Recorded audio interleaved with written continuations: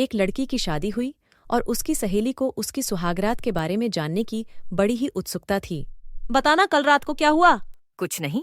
पर कल तो तेरी सुहागरात थी, कुछ तो हुआ होगा। कह रही हूं ना, कुछ नहीं हुआ। अच्छा तो मुझे कल रात की सारी घटना बता। रात को 10 बजे मेरे पति कमरे में आए। फिर क्या हुआ? उन्होंने अपना कोट उतारा और खूंटी पर टांग दिया। फिर क्या हुआ? फिर उन्होंने अपनी टाई उतारी और खूंटी पर टांग दी।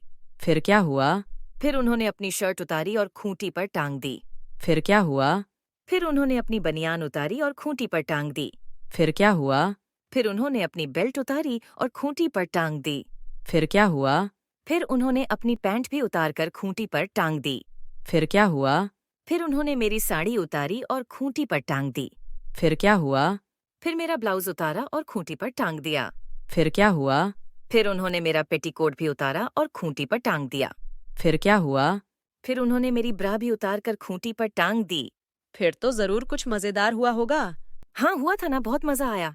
क्या हुआ था? इतने सारे कपड़े लादने की वजह से खूंटी टूट गई और वो सारी रात खूंटी ही ठोकते रह गए।